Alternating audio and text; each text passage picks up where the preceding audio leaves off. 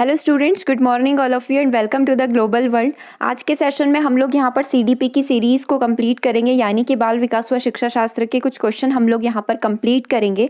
उससे पहले जैसे इन्फॉर्मेशन आपको दिखाई दे रही है, यदि आप हमारी बाल विकास व शिक्षा शास्त्र की सीरीज़ को बाय करना चाहते हैं तो आप हमें जो यहाँ पर नंबर दिखाई दे रहे हैं, जो नंबर डिस्प्ले हो रहे हैं, इस पर व्हाट्सएप करके सारी डिटेल प्राप्त कर सकते हैं। सीरीज़ अभी सॉफ्ट कॉपी जो इसका 150 रुपीज़ में अवेलेबल है, और यदि आप अपने घर हार्ड कॉपी भी मंगवाना चाहते हैं तो उसके लिए भी आप हमसे कांटेक्ट कर सकते हैं। चलिए सेशन को हम लोग यहाँ पर शुरू करते हैं। देखो पहला क्वेश्चन क्या बोल रहा है, शास्त्रीय अनुकूलन यानी कि क्लासिकल कंडीशनिंग पर पावलोव के सिद्धांत ने वर्तमान में विद्यालयों में व्यवहार प्रबंधन पर अनुसंधान को किस प्रकार से प्रभावित किया है। शास्त्रीय अनुबंधन क्लासिकल कंडीशनिंग की जो पावलोव की थ्योरी है उसके बारे में पूछा गया कि जो पावलोव का सिद्धांत है इसने वर्तमान में मतलब प्रेजेंट सिचुएशन में विद्यालय में व्यवहार प्रबंधन पर अनुसंधान को किस तरीके से प्रभावित किया है। मतलब कि जो इनका पूरा सिद्धांत है, जो पूरी हम लोग थ्योरी पढ़ते हैं कि बाहर से कोई भी कंडीशनिंग करवा के व्यक्ति का व्यवहार या फिर कोई भी चीज़ है उसका व्यवहार हम लोग यहाँ पर चेंज कर सकते हैं किसी कंडीशनल स्टिमुलस की मदद से, बाहर से किसी भी उद्दीपक को देकर। तो इनके जब ये सिद्धांत दिया गया था तो इसका क्या प्रभाव स्कूलों में देखने को मिला वो आपसे पूछा गया है। तो पूरा का पूरा जहाँ पर आपको दिखे ऑप्शन में थ्योरी रिलेटेड, वही आपका यहाँ पर आंसर हो जाएगा।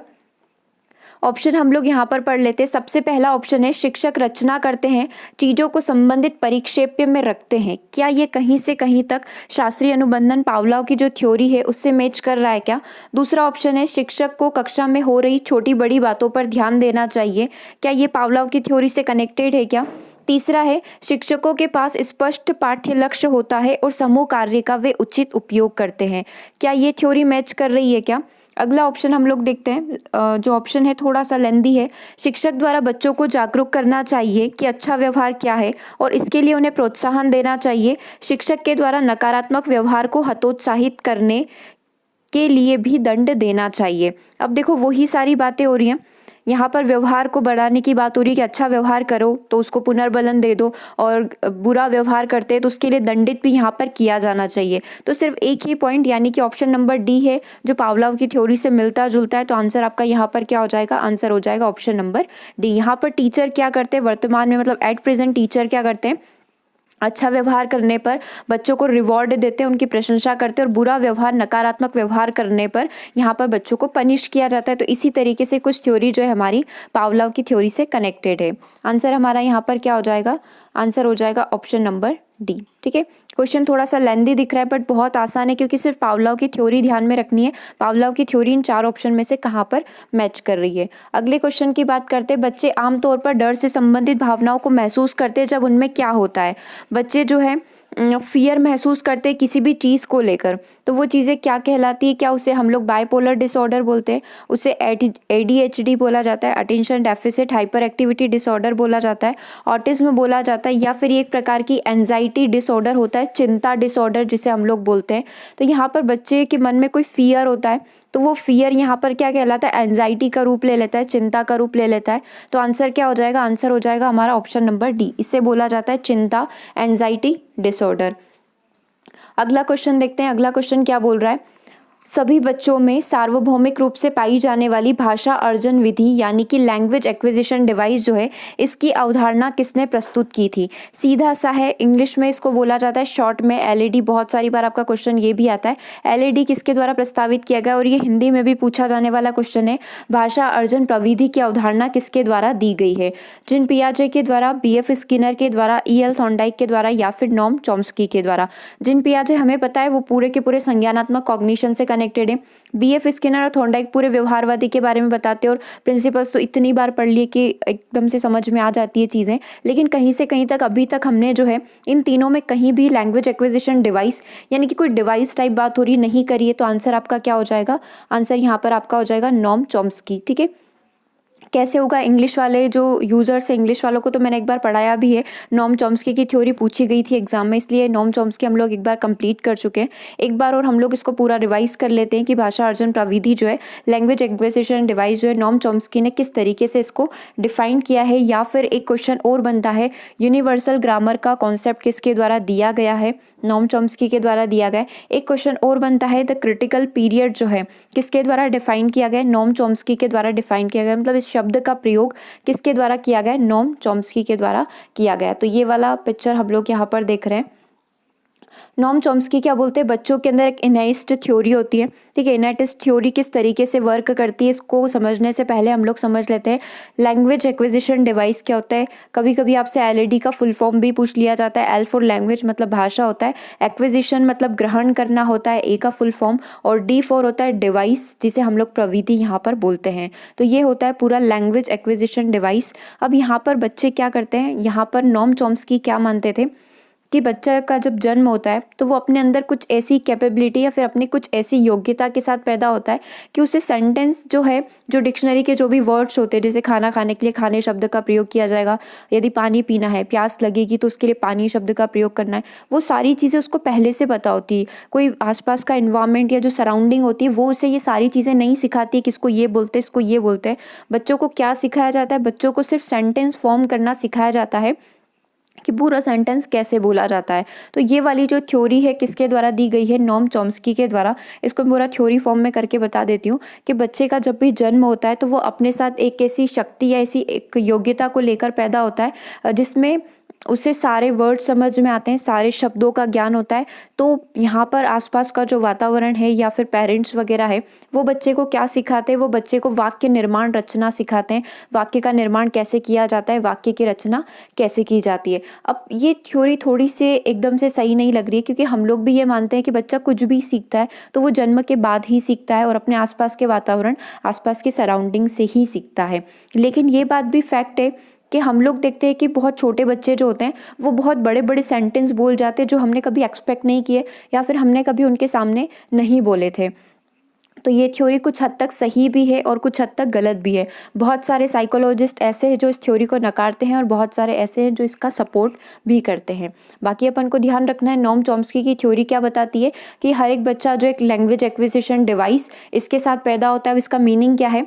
यहाँ पर बच्चा जो है सारे शब्दों का भंडार लेकर ही आता है, बस उसे वाक्य रचना या फिर वाक्य निर्माण की जो शक्ति है वो आसपास के लोगों या आसपास का जो वातावरण है उसके द्वारा दी जाती है, ठीक है। चिल्ड्रन के अंदर एक इनेटिस्ट कैपेबिलिटी होती है, एक इनेटिस्ट योग्यता होती है, एक आंतरिक योग्यता होती है जिसके द्वारा वो क्या करना सीखता है, जिसके द्वारा वो बाहर से वाक्य रचना करना सीख जाता है। तो ये पूरा किसके द्वारा दिया गया? ये पूरा दिया गया नॉम चॉम्स्की के द्वारा, और इन्हीं के द्वारा यूनिवर्सल ग्रामर का कॉन्सेप्ट भी दिया गया। यूनिवर्सल ग्रामर यही चीज़ें होती है कि आप कहीं पर भी देखो हर एक बच्चे के अंदर ये योग्यता यहाँ पर पाई जाती है। और इनने एक नाम और दिया था जिसका नाम है क्रिटिकल पीरियड। ये एक ऐसा समय होता है जहाँ पर बच्चा क्या करता है, फर्स्ट लैंग्वेज को एक्वायर करता है। पहली जो लैंग्वेज होती है, पहली जो भाषा होती है जो जन्म के बाद सीखता है उसको ग्रहण करता है।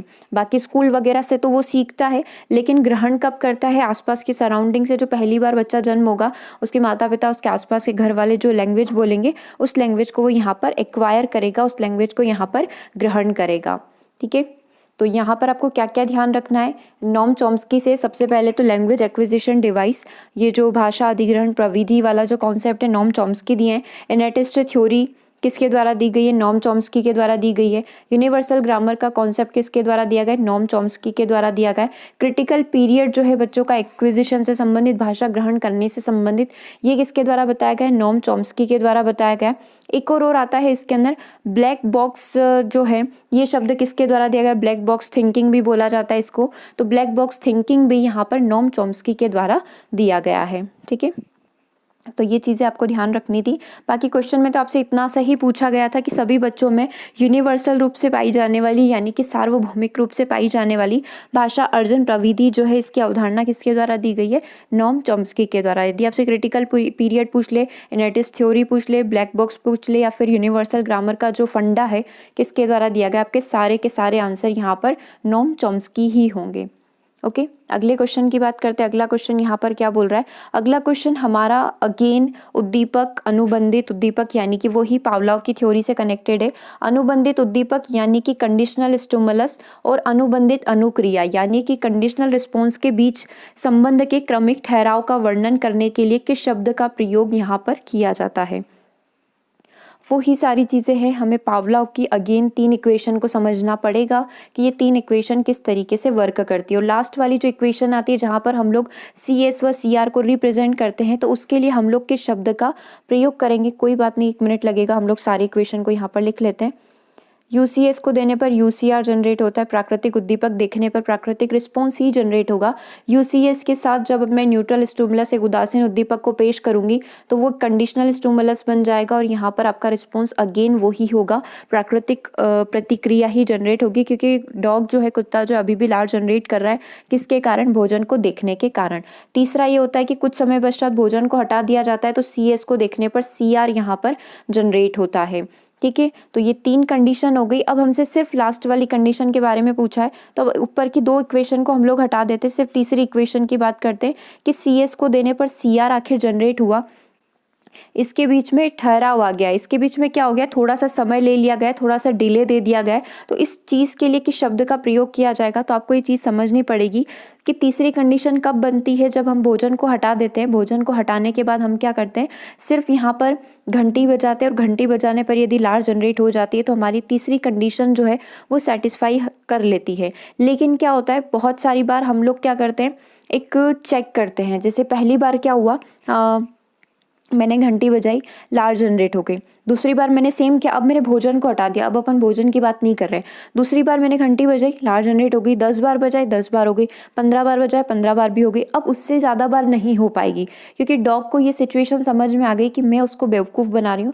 मैं उसके सामने भोजन तो नहीं रख रही हूँ, लेकिन क्या कर रही हूँ, सिर्फ घंटी बजा रही हूँ। तो ऐसी सिचुएशन में क्या होगा, अब लार जनरेट होना बंद हो जाएगी। तो ये बीच का जो टाइम था, मैंने 0 से लेकर मतलब 1 बार से लेकर 15 बार तक तो उसने लार जनरेट करी, लेकिन 16वीं बार उसकी लार जनरेट नहीं हुई। उसकी सलाइवा जो ग्लैंड है वो वहाँ से लार जनरेट नहीं हुई। तो ये चीज़ें क्या बताती है, ये चीज़ें बताती है कि एक्सटेंशन हो चुका है। किस चीज़ का एक्सटेंशन हो चुका है, यहाँ पर विलोप हो चुका है उसकी लार जनरेट होने का। अब लार जनरेट नहीं होगी। अब 15 से आप 25 बार भी बना लो, 16, 17, 18, 19 नहीं होगी, क्योंकि सामने वाले को समझ आ चुका है कि आप उसे क्या कर रहे हैं, बेवकूफ़ बना रहे हैं। आप उसे भोजन तो नहीं दे रहे, सिर्फ घंटी बजा रहे हैं। ठीक है, तो ये चीज़ें यहाँ पर क्या कहलाती है, ये चीज़ें कहलाती है एक्सटेंशन हो जाना किसी भी चीज़ का, या फिर किसी भी चीज़ का विलोप हो जाना। ओके, आप चाहे तो क्वेश्चन को एक बार और देख लीजिए कि क्वेश्चन एग्जैक्ट बोलना क्या चाहता था।